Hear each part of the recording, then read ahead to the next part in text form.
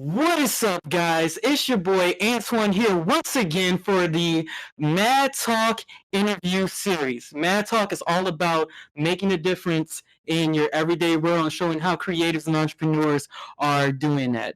Our one word, if we were to say it, is care. We want to show how we care for others and we want to bring more care into our society. So by us doing these interviews, we hope that we provide value to everyone that is watching this. Today we have my boy Mark Drager. How's it going? It's going well. How you doing?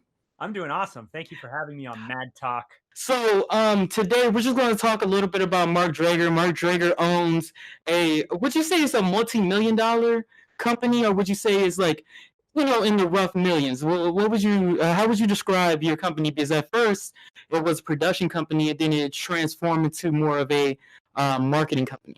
Yeah, I mean, it's been a bit of a crazy journey. So essentially, we did start as a video production company, very heavily focused on corporate video. I started in 2006. And if we go back to the world of 2006, Google didn't own YouTube. Facebook was only, I heard of Facebook 4 months before I launched my company. Twitter wasn't a thing. Social wasn't a thing. And so we shot videos on tape, like on mini DV tape. Like, listen, when I went to film school, in high school, we didn't even have computer editing. Like, we put 2 tapes in and we had like a jog wheel and we had to do in and out points and all that stuff. So I started when corporate video was, for 20 years, ABC company has been helping blah, blah, blah, blah, blah. So, like that's the world I started in. So when I graduate from film school and I love documentaries and I want to just produce stuff and tell stories, where do you go? You go where money is. And so I go into corporate. I want to tell better stories. We did like documentary style brand story, brand narrative wasn't even a thing. And then I grow up in that world. So, it becomes communications, becomes marketing and engagement. And then it becomes advertising.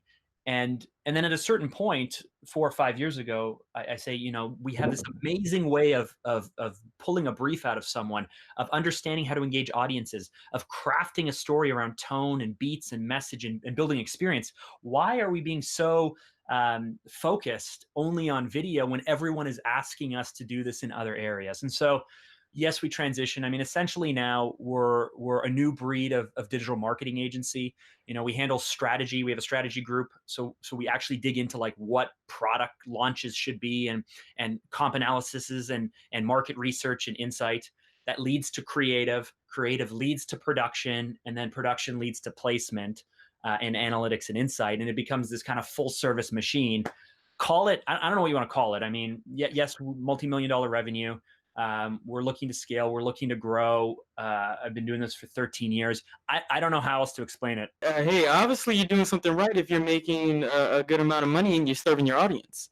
But what I am saying is, obviously, he figured out a formula for himself, and he figured out his lane, and then he was able to, you were able to dominate your lane for a little bit and then go into other realms. That's scary as heck, because everything that makes you good at what you do. So, if you're a creative, your portfolio. If you're in video, you're real. If you're an entrepreneur, your case studies, whatever it is, everything that makes you good, you go, I've got this. Like, I know how to do it. I have the systems. I have the machine. Look at the credibility we have. And then you step into a new area that you're confident you can deliver on. And then you realize that none of that bad stuff really matters, right? So, when we stepped from digital into broadcast, we're sitting in front of a client, we say, we're going to do a national broadcast campaign. So we're doing television commercials, and then the TVCs, the television commercials, would be cut down to digital and then distributed. And then those images would be put into banner and carousel advertising and blah, blah, blah, blah, blah. Like, I can talk about it. I can sell it. I know we can do the creative. I know we can produce it.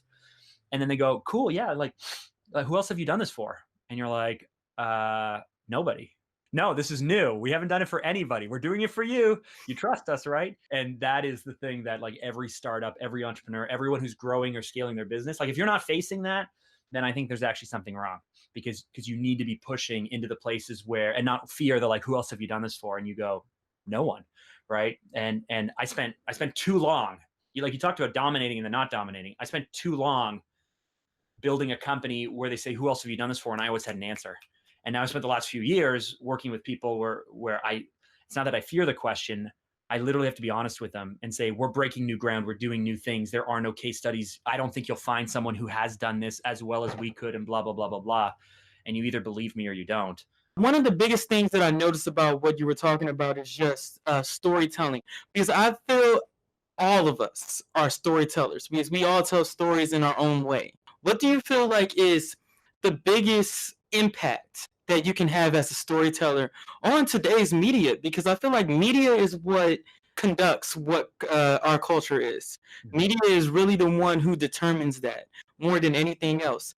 How can we integrate more storytelling into what it is that we're doing as entrepreneurs and creatives? So Mhm. when I hear media, because I'm in advertising, I think of media placement. But are you talking about media like press, like what's existing within the ecosystem of the crazy political stuff or this or that, like the actual media? Or do you mean how dropping ads in certain places affects storytelling?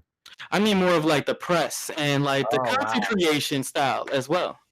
I mean, that's out of my lane. Like when it comes to PR, when it comes to what's happening, I follow it certainly, but I don't think anything that I do affects the media in any. I mean, listen, if the media is picking up what we're doing because we're not a PR company, we've done something wrong. You know, like we did a national campaign for a Crown Corporation. Now you're in the US, right? Yes. So in Canada, we have these corporations that are technically owned by the government, but they're not run by the government because sometimes the government needs to own the asset, but you don't listen, you don't want government running business, right? You want business running business.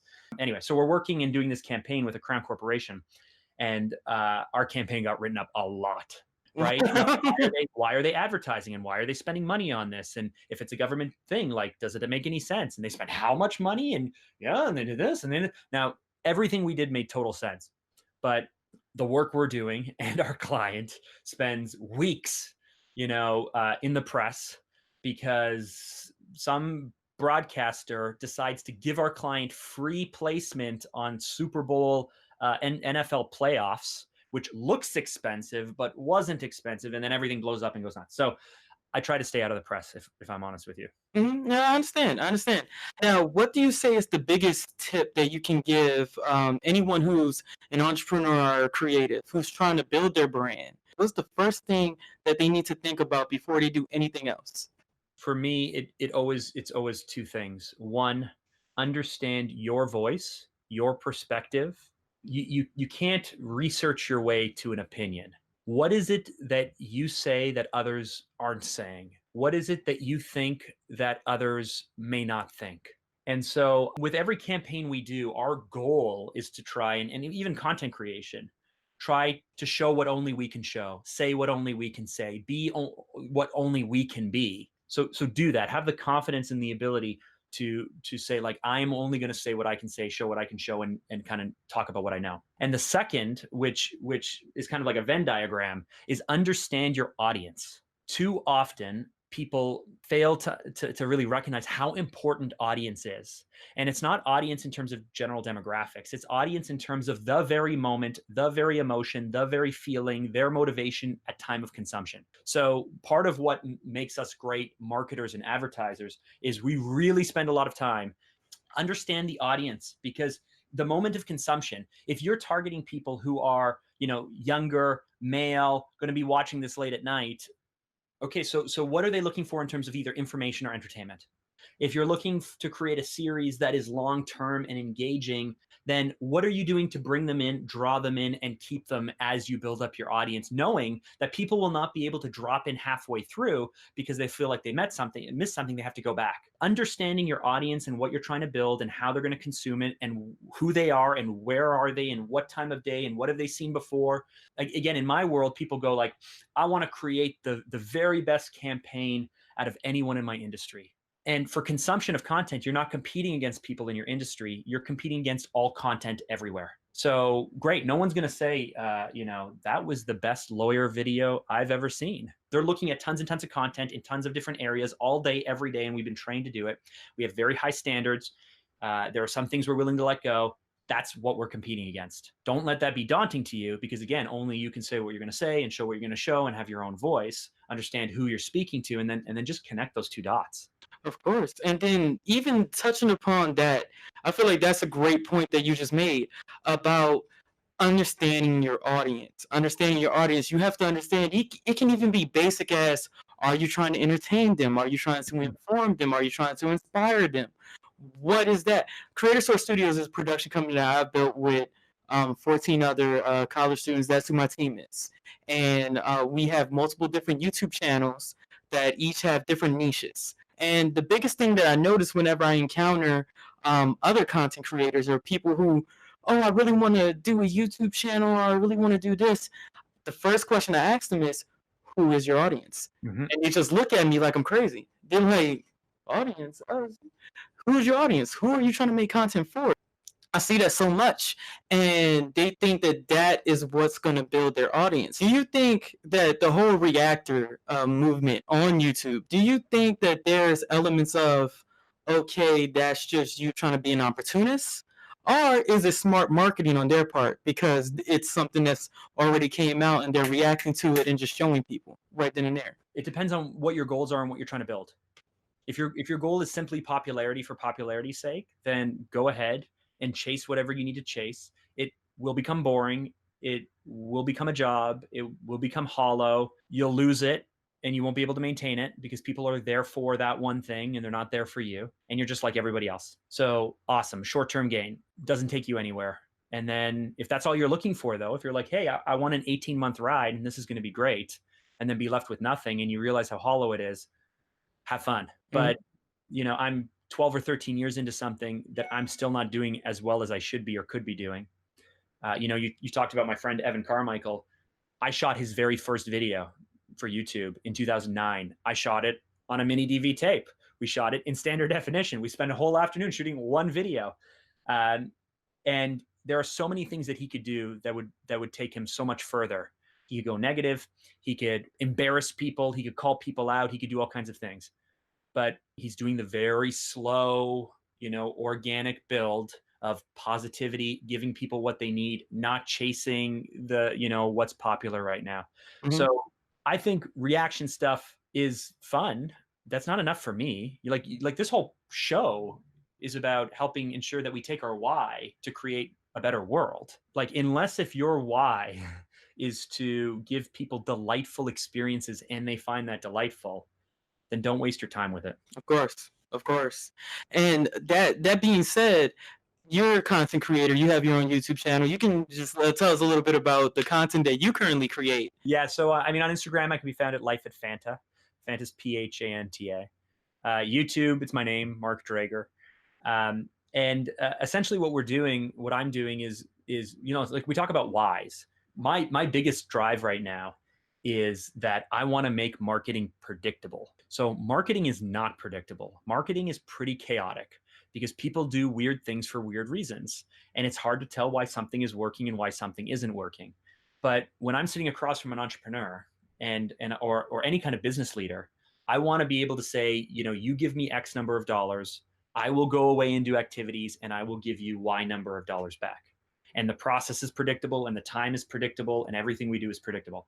That's right now seeming a little impossible, but that's my goal. Part of this is I love words and I love impact and experience and environments and strategy. And so when I take all of those things I love and then I apply them to sales or to marketing, there are a lot of things that I love to try and love to do and things that I've learned that I'm essentially looking to share. So my channel is a mix of, when it comes to the hard knocks of startup and being able to help mentor people, I love mentoring and coaching people. So there's information on that. There's a lot of information specifically around sales, around marketing, nothing getting too deep yet. We're not doing deep dives on comp analysis and SEO and insight and analytics and things like that. But it's more tied to always the why and the intention and the purpose behind sales, which people struggle with, marketing, which people do very, very, very poorly. And then the challenges that one faces as they try to scale and grow their business. What's so interesting about you that just comes to my mind now is that you're kind of the perfect blend of the creative and then also the business mind. And I feel like a lot of people don't understand how hard that is to separate the two. So here's the thing. So every email and lead that comes to the company comes to me.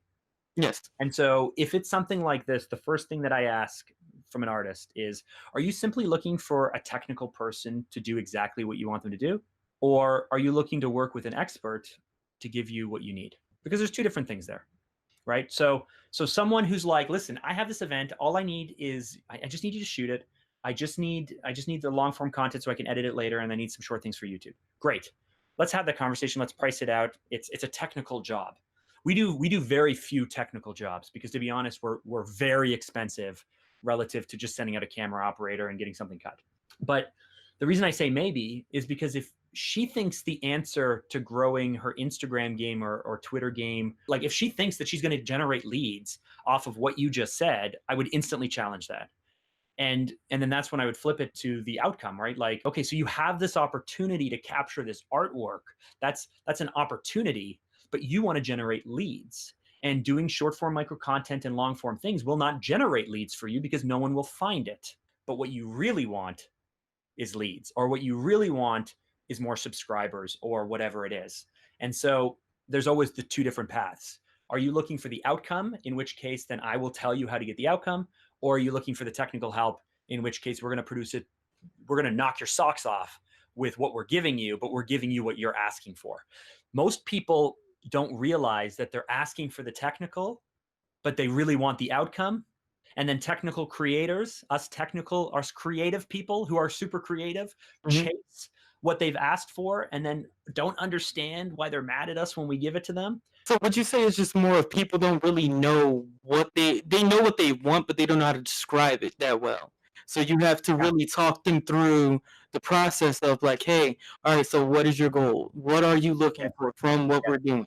And then just go from there. Yeah. And so like, for the most part, we don't give people what they want. We give them what they need. Now there are times where we'll try like 2, 3, 4, 5, 6 times of swinging it to like, we really think you should do this. It's going against your best interest. And ultimately we'll do exactly what they ask for then. And then we typically don't work with those people too much in the future. It's just too bumpy. And you're going to an art festival with someone who's creative, who's a client. It sounds like a smaller project. So we wouldn't bump up too much against that in that case. But if you're dealing with a larger client, with a larger project, with a larger opportunity, it's in their best interest to focus more on outcome and less on technically how you go about it. And even what's interesting about that is that we have another client who we're helping this person build their YouTube channel. They have a big following on Instagram right now. They're making a lot of money. They're making a lot of money right now, and they're trying to build their brand on YouTube. They've been on like the Rachel Ray show. They've been on a bunch of different things across the country. My biggest thing is like I was really asking him whenever I was trying to explain it to him. I was like, hey, so who is your audience for this? Who are you really trying to, influence with the content that you're making? Because this guy is a barber. He's a very good barber, and I'm like, guy, like in your realm, you could be the best barber online if you make the content that relates to that barbers are looking for, that clients are looking for. You see what I mean? What do you feel like content creators need to take from what we were just talking about, especially in the realm of sales? So much. Even in what you just said, it's interesting because your barber, who's obviously savvy enough to build the persona, to build Instagram, to go, maybe they have a publicist or a PR person, somehow an agent, somehow they got here and they're turning to you now to build out this audience. One, I used to ask clients a lot of questions and kind of challenge their answers. But even now, I will only ask them questions to go through the motion of it so they think that I'm listening to them. What does your barber know about their target audiences and marketing? If they're a really savvy business person, you can speak to them at that level. But the best example is like an accountant. Accountants are good accountants. Accountants are not good business people. They're not good bosses in most cases. They don't build great cultures. They don't build great brands. They're accountants, right? And that's what they're good at. So I would never sit down with an accountant. What I would ask them their goal and what we want to achieve operationally, but I would never start to ask them to tell me what needs to happen from a brand, a voice, a tone, a target audience point of view. And so this is what comes with experience. And this is why we could no longer be just a video production company, because we were doing all of these things and it very much impacted all the other areas of marketing. I think all creators, when I talk about audience and all those things, the same thing's true with whoever you're selling to. right? You need to be in a position and you need to be confident to say, this is who you should be speaking to, right? If we're storytellers, then we are proficient at the art of the highs and the lows, of tone and cadence and impact, and drawing people in and playing with time and editorial decisions and all of those things, which means we know who we're speaking to and what impact we want to have on them. I used to spend a lot of time asking a lot of questions because it gave a perceived value. I asked a lot of smart questions. I hardly ask any of these questions anymore, but I take the time to share with people what I went through. So I'm not going to ask you your audiences. I'm going to tell you your audiences. I think they're going to fall in this and this and this, and this is how I arrived at it, and this is why I think it's important. Do you agree or not? And I don't think we should be asking our clients what they think about these things or to give us these answers. Of course, of course. And like I said, I'm really learning from you right now. Do you do this? Yeah, I do Yeah. that. Do Actually. you do this? Or Yeah, do you ask your clients questions, or do you tell them what you think they should do and get them to buy into it? that's what I did with him. And for the most part, I was saying, hey, you don't understand that there is a market for black barbers on YouTube, because there's not a lot of black barbers on there. There's not a lot of like black men hair care and hair care products. What we can do is we can be that first person to do it and capitalize on that audience. Is there an interest for 15 to 24-year-old black males to want to know how a barbershop is even run? The only ones that I would think of is ones that are trying to become barbers. So Right. maybe you're right. Maybe that's something that we shouldn't be doing. Or Mm-hmm. be doing it in such a way to use the barbershop as the palette for taking chances, breaking out, having high hopes and high standards, being professional, or whatever it is, right? So you've drawn people in from the barbershop thing, but just saying like, here are operational tips on how to run a barbershop, maybe no one's interested in. But if it's like, here are the lessons that can be learned from running a barbershop that can be carried to anything that you do as you face your 20s and 30s, then now it applies to our younger men. No one can replace your barber's perspective or voice, but you have to respect the audience. And if the audience are people in their teens or in their 20s who are more interested in looking the part, feeling the part, and having a community, they don't really care about how a barbershop runs. Make the content for them, and maybe then they'll be interested in the greater thing that running a barbershop will do. If you are in the barbershop and you have this environment and this richness and these voices and these personalities and all of these things that are happening, right? You have texture, you have location, you have a canvas, and you know your audience. Work to connect those dots, and it will be better than just simply saying, wow, it's not for our audience, let's go ahead and dump it. Like, do the work that you need to do to make it happen. Of course, of course. I want to give you a challenge, and I want to see what exactly would you do. And I want to give you something that you probably never had experience with, but you'd be like, you know what, I might be able to figure out something. All right, so let's say, for instance, that you were trying to put a brand together around a college organization. Let's do it like that. Let's say you were trying to build a brand around that, and the brand is all about helping creatives and entrepreneurs build their own projects. How would you go about doing that? And let's say you had 2 events that you can go to where you can talk directly to the students. Let's say it's like an involvement fair, and then the next one is like an event where you talk to all the freshmen that are just coming in at the beginning of the semester. How exactly, what would be the first 3 things that you would focus upon when trying to capture that audience to bring them in to your organization? What would you do? So first thing I would do is I would take a look at the competition. So I would want to have an understanding of who my perceived competition is and who my real competition is.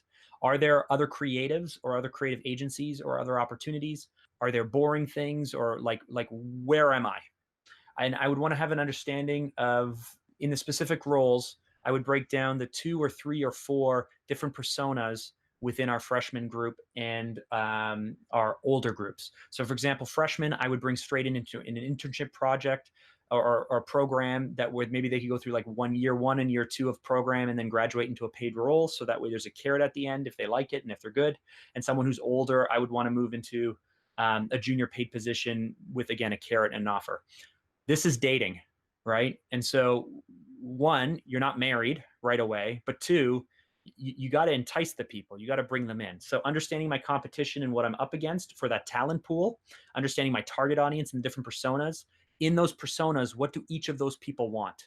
The creative wants something different than the business person or the little scared deer. Like I would want to understand who we're really going after.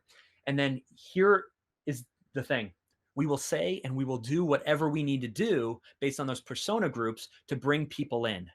And then I would probably focus 100% on culture to create ridiculous raving fans.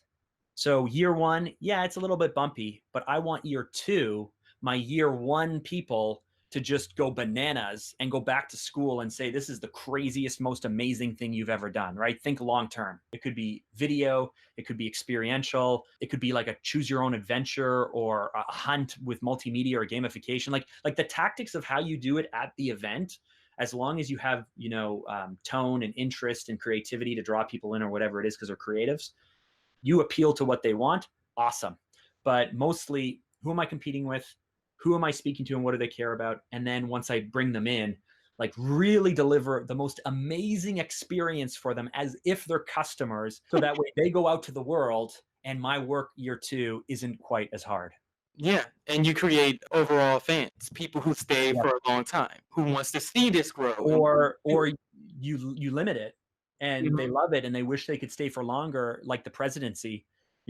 Gosh, wouldn't it be great if we could get Obama for a third term? Sorry, it's limited, right? It's a fake perceived limitation, right? In Canada, there are no limitations. We have people staying in office forever. They never leave, right? And so so maybe you say like, hey, there's a 2-year thing. That's it. So we actually got two more questions, and then we're going to end it out. The first question is based upon like the title of what it is that we're doing is about making a difference. How do you think content creators, entrepreneurs, business people, creators, whatever, how do you think that people that are in that realm, the realm that we're in, can make a difference for their everyday world? So we have a tremendous amount of power, right? We have the power to shine a light on whatever it is we choose, to spin a perspective on whatever we choose, uh, to make people interested in things that they didn't even know they were interested in through the power of storytelling. And so, used improperly, this is like really bad advertising and capitalism, but used properly, story and tone and feeling is a powerful tool. What I would say is if your goal is to delight people and give them a moment of reprieve from the craziness and the stress and or calm, or to inspire people, or to get them to laugh, or to have them have a new perspective and be open-minded, even if it's to learn about an organization that's doing great things or helping people discover things that can make their lives better and easier, which is really what great marketing is about.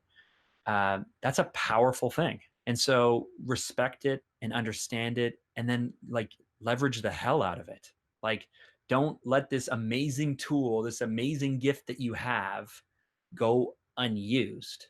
Leverage it, use it, keep using it, and you'll do great things. Wow. Wow. I love it. I love it, man. I just love your answers, by the way. So basically, you're going to just be pitching to us what exactly your business, how your business is making a difference in the everyday world, and what type of impact do you really want to leave? So, anyone who's looking to do something amazing and great and bigger than themselves is filled with doubt. And anyone who says that they're not is lying. And so we have these dreams and these ambitions and goals that are so big that we're embarrassed to share them with people. We're embarrassed to say them out loud because we're worried that one, they won't happen, and then we will prove our doubts right. We think people will laugh at us. They'll give you that look and say, like, who are you to do this? What? You think that? No. What are you, crazy? Or you'll try and you'll fail. And then, yeah, you are a loser. And we all feel this and we all face this. And so, what we try to do at Phanta is sit down with an entrepreneur, sit down with a leader, and have them realize that they can clarify their goals. They can say it out loud. We're not going to laugh. Yeah, it's ambitious. Let's go. Then we help them figure out what is holding them back from achieving those goals.